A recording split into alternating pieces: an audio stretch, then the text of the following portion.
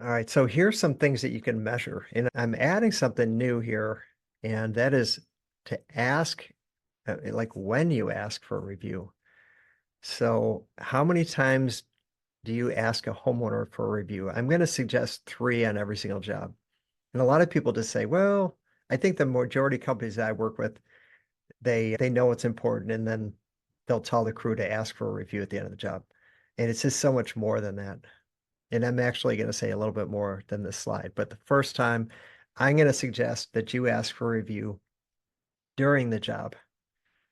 And you might ask why during the job. I'll cover that in a second. But I think it's important that you ask during the job. And they could always change it or update it if for some reason the job goes south. And the second obvious time is after the job. I think most companies do this. We're past the days of at the end of the month, you send an email to all the customers you did work on and hold your breath, cross your fingers, and hope someone posts a review. Like we're way past that. You can't do that anymore. And I think everyone knows now that when you ask in person, that's going to be your best shot of getting a review. So you need to ask at the end of the job. Now, if you still don't have a review, I would implement, if you're not already doing it, just that quality control call. Now, some companies actually it's all set up. Like it's set up in the sale and it's set up when the crew is doing the work that in 2 weeks someone's going to come out and they're going to inspect the job on the inside and the outside, and they're going to just make sure that everything was performed according to your satisfaction, the customer. Most companies that I work with don't do that, but some do that. And that you're talking about quality control and really being on your game. They see that it's just too important. So that's what they do. Now, if you're not doing post-inspection visits, at least make the phone call.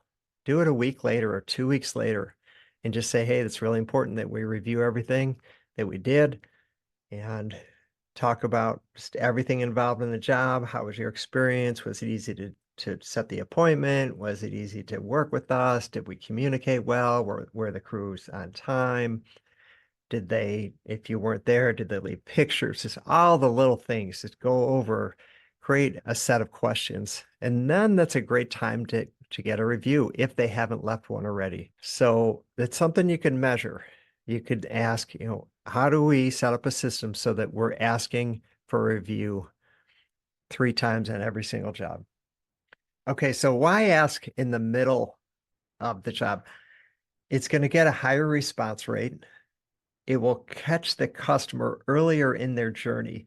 Now, this is important because when someone's checking out your reviews, they're in the beginning stages of the journey. So the more that you can have your customers talk about their initial stages of the journey, like we got 4 estimates. We liked ABC waterproofing because fill in the blank. They weren't pushy. They had the best systems, whatever it was. They were most knowledgeable. We liked their system the best.